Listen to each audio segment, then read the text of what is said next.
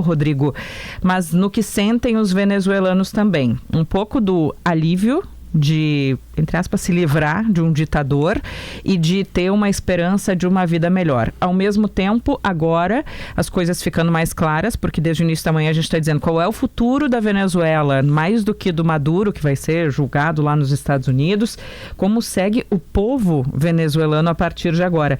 E aí o Trump diz que vai governar, que os Estados Unidos vão governar a Venezuela, não deu um prazo para isso, disse até que seja feita uma transição justa. Isso pode levar meses, inclusive, Rodrigo, e Trump sequer fez questão de esconder que uma grande petroleira vai cuidar dos barris de petróleo que são produzidos na Venezuela. É uma situação, do ponto de vista geopolítico, bastante preocupante, né, Rodrigo?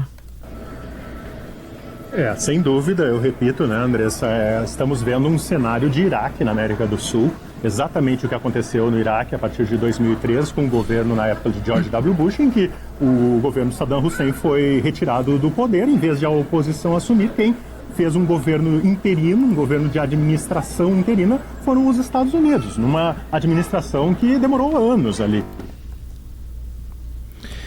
Uma guerra, que é um cenário possível. Agora, aqui na Venezuela, eu volto a dizer, não se tem a certeza do que está acontecendo por parte do poder venezuelano, porque Maduro, ok, era o presidente, o ditador, o líder do governo, mas qual o nível de apoio que os generais venezuelanos vão dar aos americanos? Não se sabe, tenho dúvidas. Para o povo, não tenho dúvidas que a Venezuela é muito melhor sem o Maduro do que com o Maduro. E para pontuar uma declaração do Trump que me chamou a atenção também, é que é uma falsa verdade, para não dizer uma mentira, que foi realizada a maior operação militar, uma operação não vista desde a Segunda Guerra Mundial. Não é verdade, gente. Os Estados Unidos estiveram envolvidos no Vietnã, realizaram uma operação muito semelhante à de hoje contra Manuel Noriega no Panamá em 1989. Teve a invasão do Afeganistão, teve a invasão do Iraque. Então, claro, o Trump usa palavras grandiosas, exagera, diz que o governo do Jimmy Carter foi um governo fraco. Então, na verdade, ele tenta capitalizar... Não, e parece que o tráfico de drogas termina a partir de agora, né, Rodrigo? Exato. Parece que não tem mais drogas sendo comercializadas, sendo levadas pelas fronteiras de outros países da América do Sul, para México, para Estados Unidos, para todo o continente. Parece que agora para com a captura do Nicolás Maduro, que também é mentira.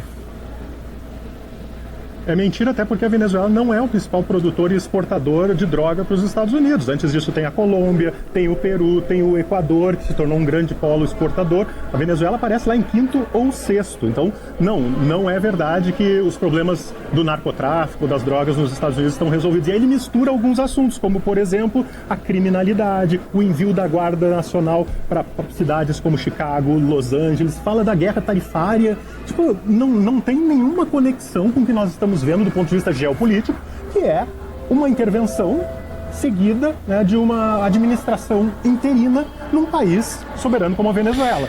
Então é claro que o Trump também está de olho na eleição de novembro, de meio de mandato, em que ele pode perder o apoio tanto na Câmara quanto no Senado dos Estados Unidos. Bom, e teremos, né, dentro desta administração de transição, uma entrada dos Estados Unidos em larga escala na Venezuela, né? Não só na questão militar, como a gente estava falando há pouco, mas também nesta questão da entrada de citado, né, pelo presidente Donald Trump, de uma grande empresa de petróleo norte-americana que vai desembarcar na Venezuela para fazer a administração da produção da extração do petróleo no país, né?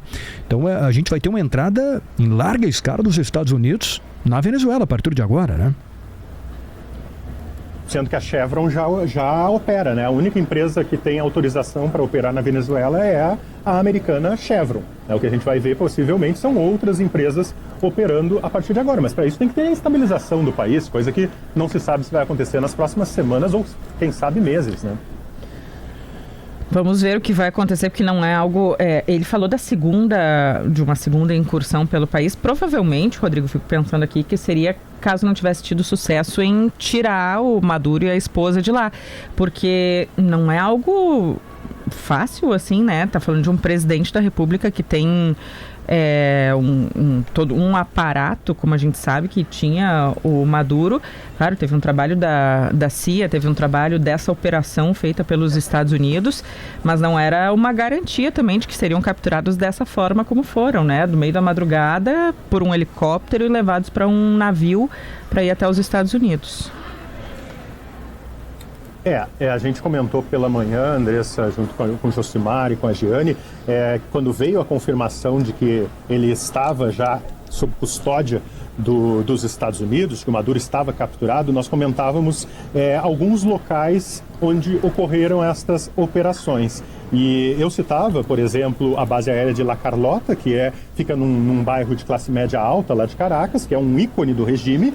E eu citei o Forte Tiuna, que é o centro nervoso das Forças Armadas da Venezuela, frequentemente é comparado ao Pentágono, em Washington, e era um local, inclusive, onde Maduro passava de vez em quando as noites, porque ele adotava um modelo que Hugo Chávez já adotou e que Fidel Castro criou, que o ditador ele não dorme todos os dias na mesma cama, não dorme todos os dias no mesmo local com medo de ser preso ou morto. E quando eu citei que esta era uma residência de passagem em Forte Tiuna, veio a informação de que Maduro tinha sido capturado. Pode ser só uma coincidência, mas um dos locais, um dos endereços que Maduro usava era esse local e que foi atacado pelas Forças Armadas dos Estados Unidos. Quartel de La Montanha também, outra unidade militar, onde inclusive está sepultado Hugo Chávez. Ali é um local importante. Então, o que pode ter acontecido, e é bem comum nesses casos de operações sigilosas da CIA, é de que alguém entregou a localização de Maduro, né? Claro que tem um trabalho de inteligência, mas possivelmente alguém nas Forças Armadas, alguém do governo Maduro, pode ter entregado a localização do ditador Nicolás Maduro. Olha, se havia incerteza, Gabardo e Rodrigo, da população venezuelana sobre o que vem pela frente, acho que essa incerteza aumenta diante de todas essas questões que ficam no ar a partir de agora. Vai ter militares norte-americanos atuando na Venezuela, o que será feito das estruturas atuais que estão no país? Quem será a pessoa referência desse país para as políticas públicas daqui para frente? É um povo que já sofre muito, que já tem essa crise migratória que leva mais de 8 milhões de uma população de 28 milhões no total na Venezuela para outros países buscando condições melhores. E agora também a pergunta que fica é de quanto tempo para que essa transição justa, como disse o Trump, aconteça.